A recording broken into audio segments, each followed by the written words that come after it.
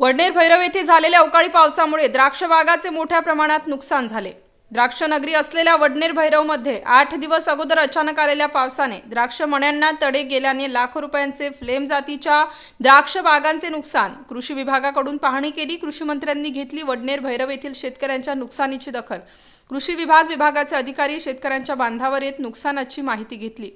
121 रुपयांनी व्यवहार झाले होते। अचानक आलेल्या अवकाळी पावसाने रात्रीतून कष्टावर पाणी फिरले। चांदवड तालुक्यातील वडनेर भैरव येथील द्राक्ष उत्पादक बाबाजी सलादे यांनी व परिसरातील शेतकऱ्यांनी आपल्या वेदना मांडल्या। त्यांच्या फ्लेम या रंगीत वाणांची काढणी सुरू होणार होती। निर्यातदाराने प्रति किलो 121 रुपये प्रमाणे सौदा होऊन काढणी सुरू होणार होती।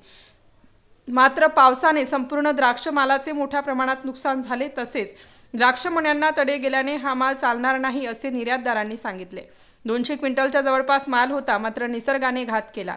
अवकाळी पावसाने या द्राक्ष बागांमध्ये ट्रेकिंगचे प्रमाण हळूहळू वाढून मोठ्या प्रमाणावर बागा ह्या क्रॅक होत आहे। श्री बाबाजी सलदे यांच्याशी याबाबत बोललो असता त्यांनी सांगितले, रावजी कोकाटे साहेबांची त्या ठिकाणी आत्ताच नियुक्ती झाली आहे। एक शेतकऱ्याचा पुत्र या ठिकाणी कृषी मंत्री झाला आहे आणि खऱ्या अर्थाने ह्या नाशिक जिल्ह्यामध्ये द्राक्षांची ओळख असणारा नाशिक जिल्हा म्हणून आहेत आणि म्हणून यासाठी एक मोठं त्या ठिकाणी विजन त्या ठिकाणी कृषी मंत्र्यांनी आम्हाला शेतकऱ्यांच्यासाठी उपलब्ध करून द्यावं।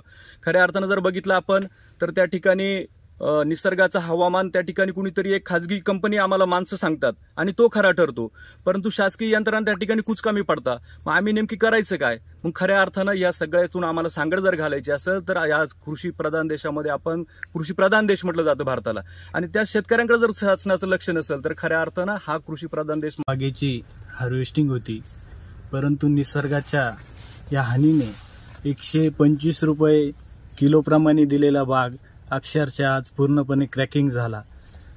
गेल्या छाटणीपासून आजपर्यंत केलेला खर्च 8 ते 9 लाख रुपये या प्लॉटला खर्च झाला आणि आज 70 ते 80% प्लॉट हा कामातून गेला, पूर्ण क्रॅकिंग झाला। निसर्गाने खरोखर खूप वाईट दिवस आणले। शेतकऱ्यांचं खरंच वाईट जीण आहे। ह्या प्लॉटचं खूप मोठ्या प्रमाणात नुकसान आहे। 30-35 लाख रुपये आम्हाला ह्या प्लॉटचे होणार होते।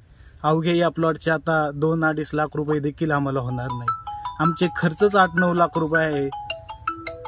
माझं नाव सुशीला रामचंद्र सलादे।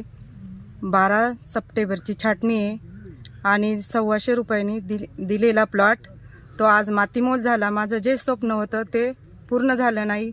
आमचे जे कष्ट आहेत त्याच्यात खूप विरळ पडला। नमस्कार, मी सुरेश माधवराव सलादे, वडनेर भैरव।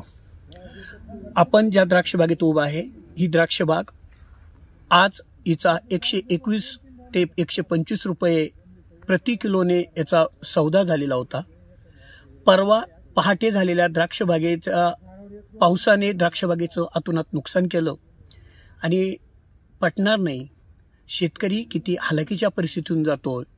ज्या बागेचे 35 ते 40 लाख रुपये व्हायला पाहिजे, आज हाच माल व्यापारी द्राक्ष बागेत येऊन नकार देत आहे। शेतकऱ्यांचं स्वप्न, त्या कुटुंबाचं स्वप्न केवळ आणि केवळ एका अवकाळी पावसाने गमावलं। बरं, हा द्राक्षबाग जो आहे हा द्राक्षबाग संपूर्ण कर्जावरती उभा आहे। शेतकरी कर्जामध्ये त्याच्या डुबला जात आहे। खऱ्या अर्थाने जर विचार करायचा असेल तर या अवकाळी पावसाच्या बाबतीमध्ये शेतकऱ्याच्या नुकसानीबाबत खऱ्या अर्थाने दीर्घकालीन योजना राबवल्या गेल्या पाहिजे। याचं एकमेव कारण असं आहे, कारण आपली जी अर्थव्यवस्था आहे राज्याची, देशाची, ती शेतीशी निगडीत आहे। शेतकरी नुसता अन्नदाता म्हणून चालणार नाही, शेतकरी राजा म्हणून चालणार नाही, तर त्या शेतकऱ्याला आसमानी आणि सुलतानी संकटांना सामोरं जाण्यासाठी खऱ्या अर्थाने पाठीमागे उभं राहणं गरजेचं आहे। आता या द्राक्ष बागेवरती जर तातडीनं उपाय करायची योजना असतील तर मागेल त्याला आच्छादन मिळणं गरजेचं आहे।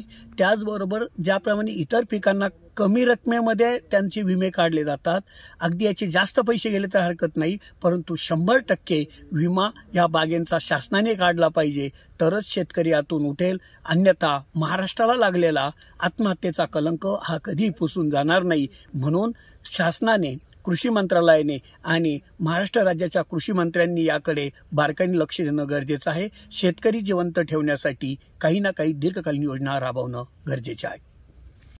मी वडनेर भैरवच्या एक नुकसान झालेल्या द्राक्ष शेतकऱ्याच्या माळ्यामध्ये आता उभा आहे। 27 तारखेला जो पाऊस पडला त्याच्यात 25 टन द्राक्षाची शेतकऱ्याची नुकसान झाली आहे. काल आम्ही आपल्या राज्याच्या कृषी मंत्र्यांना कळवल्यानंतर त्यांनी दखल घेऊन येऊन कृषी खात्याचे लोक त्यांनी पंचनामे वगैरे केले. पण आमची दुसरी अशी एक मागणी आहे का वारंवार द्राक्ष शेतकऱ्यांवर जे संकट येत आहे त्यासाठी शासनानं इतर पिकांना जसं 1 रुपयात विमा देता असा द्राक्ष उत्पादकांना थोडे जास्तचे पैसे घेऊन 100% कव्हरेज दिलं पाहिजे द्राक्ष उत्पादकांना. म्हणजे त्यांना हे जे नेहमी संकटाला सामोरे जावं लागतं याच्यासाठी जाणार नाही. दुसरी गोष्ट मागेल त्याला क्रॉप कव्हर दिलं पाहिजे. वरती जे आच्छादन क्रॉप कव्हर म्हणजे आच्छादन ते दिलं पाहिजे. त्याच्यामुळं शेतकऱ्यांचे नुकसान होणार नाही. ह्या 2 गोष्टीचं कृषी मंत्र्यांना जास्तीत जास्त विचार केला पाहिजे द्राक्ष उत्पादकांसाठी. स्टार न्यूजसाठी मोहसिन पठाण, नाशिक.